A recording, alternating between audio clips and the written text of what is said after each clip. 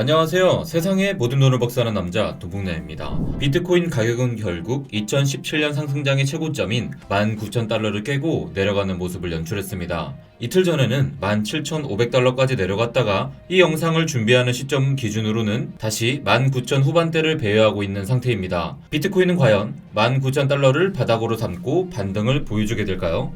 하지만 이틀 전의 하락이 바닥이라고 판단할 수 있을 만한 거래량은 아직 나와주지 않았습니다. 만약 19,000달러를 지금까지 6개월간 이어온 하락장의 바닥이라고 고래들이 판단하고 매수했다면 6월 18일의 거래량이 5월 12일의 거래량보다 훨씬 크게 나오면서 말아올리는 모습이 연출되었겠지만 아직까지 그런 모습은 보이지 않고 있습니다. 5월 12일의 저점과 6월 18일의 저점을 비교했을 때 RSI 상에서의 상승 다이버전스가 형성되지 않았다는 점에서도 현재 가격이 바닥이 아닐 가능성에 무게를 실어주고 있습니다. 일봉 차트의 스토캐스틱 RSI를 보면 일부 반등의 조짐이 보이기는 합니다. 하지만 지금부터 일부 반등이 나온다고 해도 제가 거듭 중요하다고 말씀드린 파란색 최하선을 돌파하지 못한다면 이어서 더 큰 하락이 발생할 가능성이 높아집니다. 만약 비트코인이 19,000달러를 바닥으로 삼고 상승한다면 우선적으로 파란색 최하선을 돌파한 이후에 다시 일부 조정을 줄 때 파란색 최하선의 지지를 확인하려고 할 것입니다.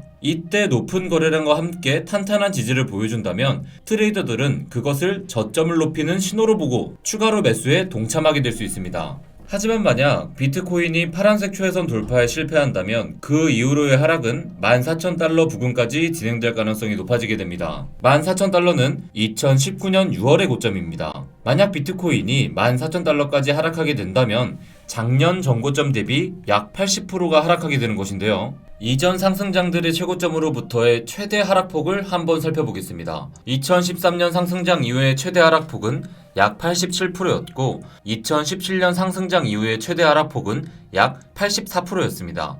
그런 점에서 보면 비트코인이 이번에 14,000달러대까지 하락했을 때 하락률은 80%인데요. 이전의 경우와 유사한 수준으로 근접했다는 것을 알 수 있습니다. 그렇다면 만약 비트코인이 2013년 상승장과 마찬가지로 85% 가까이 하락한다면 비트코인의 가격은 어느 정도가 될까요? 비트코인이 만약 작년 전고점을 기준으로 85.5% 정도가 빠지게 된다면 그때 비트코인 가격은 정확히 10,000달러가 됩니다. 코로나 팬데믹이 발생하기 직전의 가격인데요. 현재 나스닥 또한 코로나 직전 가격대를 향해서 하락하고 있다는 점을 고려하면 비트코인이 10,000달러까지 하락하는 것이 불가능하지는 않다고 볼 수 있습니다. 결국 지금의 장세는 코로나 팬데믹 이후로 미국의 양적 완화로 부풀려졌던 시장이 연준의 긴축 통화 정책과 함께 축소되는 과정이기 때문입니다. 비트코인 CME 선물 차트를 보시면 제가 결국 채우게 될 것이라고 말씀드렸던 26,000달러에서 23,000달러 사이의 갭이 완벽히 채워졌다는 것을 알 수 있습니다. 그리고 이제 비트코인은 18,460달러와 19,080달러 사이의 갭을 목전에 두고 있습니다. 이미 상당히 근접한 상태이기에 향후 움직임과 상관없이 일단 저 갭이 위치한 가격은 터치할 가능성이 상당히 높다고 볼 수 있어요. 나스닥 100 주봉 차트를 보시면 현재 200주 지수 이동평균선을 깨고 내려가는 듯한 모습을 확인할 수 있습니다. 나스닥 주봉 차트에서 2009년 이후로 단 한 번도 깨진 적이 없는 지선이 바로 이 200주 EMA입니다. 보시다시피 심지어 2020년 3월 당시의 페닉셀의 최저점을 지지한 것이 바로 200주 EMA인데요. 이 지지선이 현재 돌파되고 있다는 것은 지금의 시장의 상황이 얼마나 심각한 상황인지를 알게 해줍니다. 물론 아직 이 추세선의 지지가 깨졌다고 확정할 수 있는 단계는 아닙니다. 연준이 통화정책의 방향성을 바꾸는 모습이 나와준다면 지금이라도 200주 이평선을 지지로 삼고 반등이 나와줄 수 있습니다. 하지만 만약 이 200주 이평선이 깨진다면 어떤 상황이 연출될까요? 2009년 이후로 나스닥 100 주봉 차트에서 200주 이평선이 깨진 적이 없다고 말씀드렸는데요. 이렇게 견고한 지지선이 깨졌다는 것이 바로 2008년 금융위기 때입니다. 당시 나스닥은 200주 이평선 아래로 약 43%가 하락했습니다. 물론 이미 미국 증시가 크게 무너진 상태이기에 그때와 같은 하락이 발생하기는 어려울 수 있습니다. 하지만 13년 동안 견고했던 지지선이 깨졌다는 것 자체는 시장에 상당한 매도세를 불러올 수 있다는 점 알아두시면 좋을 것 같습니다. 시장의 하락이 계속됨에 따라 여러분들 마음 또한 무너지고 있을 거라고 생각합니다. 사실 지금의 투자 시장은 개인뿐만이 아니라 고래들 또한 두려울 수 있는 상황입니다. 이미 테슬라와 마이크로 스트레이티지는 상당한 손실을 보고 있습니다. 비트코인을 대량 홀딩 중인 회사들의 평단가를 보시길 바랍니다. 지금은 블록으로 이름이 바뀐 잭도시의 스퀘어의 경우가 가장 낮은 평단가임에도 불구하고 27,000달러입니다. 마이크로 스트레이티지 평단가는 37,700달러이며 테슬라 평단가는 31,620달러입니다. 그런데 제일 위에 있는 저 단체의 평단가는 무려 45,171달러입니다. 심각하게 걱정되는 평단가인데요.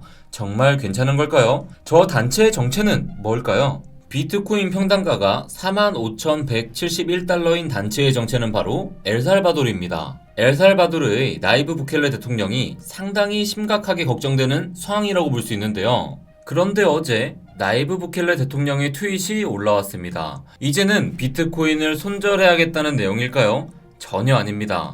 비트코인을 법정 화폐로 채택한 한 나라의 수장으로서 어쩌면 비트코인과 관련해서 어깨에 가장 큰 짐을 짊어진 사람이라고 볼 수 있는데요. 그는 지금 이렇게 말하고 있습니다. 비트코인 시세에 대해 걱정하거나 불안해하시는 분들이 계시는 것 같은데요. 그런 분들께 이런 조언을 드리고 싶습니다.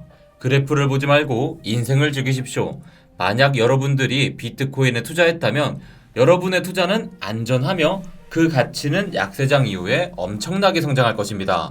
인내심이 핵심입니다. 부켈레 대통령은 오히려 투자자들을 걱정하는 듯한 말을 하고 있네요. 물론 속으로 쫄리면서 겉으로 허세를 부리는 거라고 생각할 수도 있겠는데요. 실제로 국가들이 비트코인을 채택하는 걸 원치 않는 IMF 같은 단체들은 엘살바도르의 시도를 좌절시키기 위해 계속해서 공작을 펼치고 있을 수도 있습니다. 이 싸움의 끝에 엘살바도르가 과연 살아남을 수 있을지는 그 누구도 장담할 수는 없을 것입니다. 하지만 만약 엘살바도르가 살아남고 비트코인이 결국 큰 상승을 보여준다면 어떻게 될까요? 더 많은 국가들이 엘살바도르의 행보를 따르게 될 것이고, 일단 그런 흐름이 만들어진다면 비트코인은 작년 연말에 가능했던 상승보다 훨씬 큰 상승을 주게 될 수 있습니다. 그렇기 때문에 지금 우리에게 필요한 것은 엘살바도르 대통령이 말하는 것과 일치합니다. 바로 인내인 것이죠. 여러분들 인내할 준비 되셨나요? 그럼 내일 라이브 방송에서 만날게요. 안녕.